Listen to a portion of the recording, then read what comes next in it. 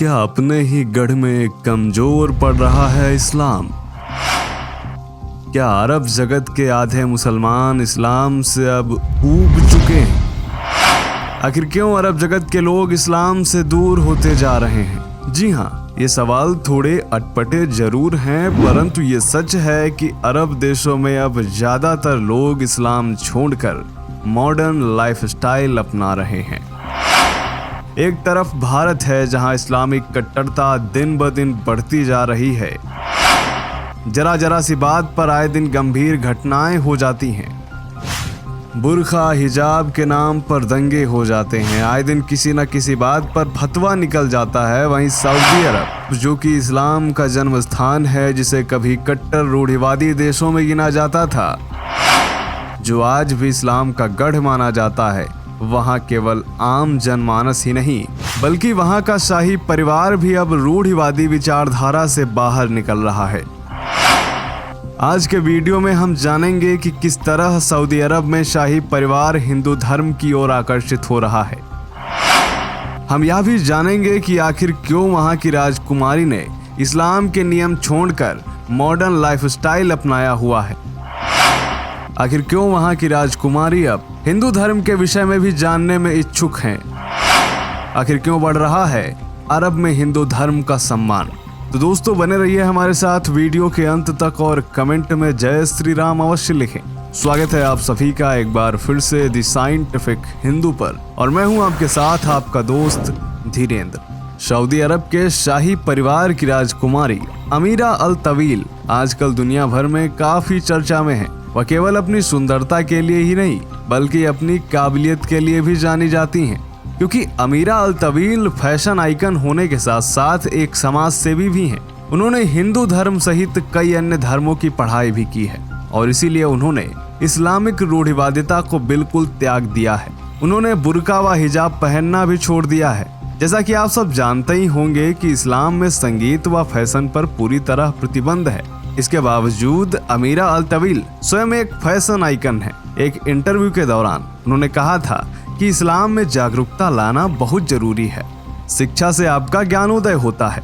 जब लोग किसी बात पर जागरूक नहीं होते हैं तो उनके बारे में राय बनाई जाती है। और इसी तरह से हमारे सेंटर्स दुनिया भर में 60 विश्वविद्यालयों में है, जिनके जरिए हम एजुकेशन का इस्तेमाल लोगों को जागरूक करने तथा एक करने के लिए कर रहे हैं। उन्होंने आगे कहा कि मैंने कंपैरेटिव रिलीजन की पढ़ाई की।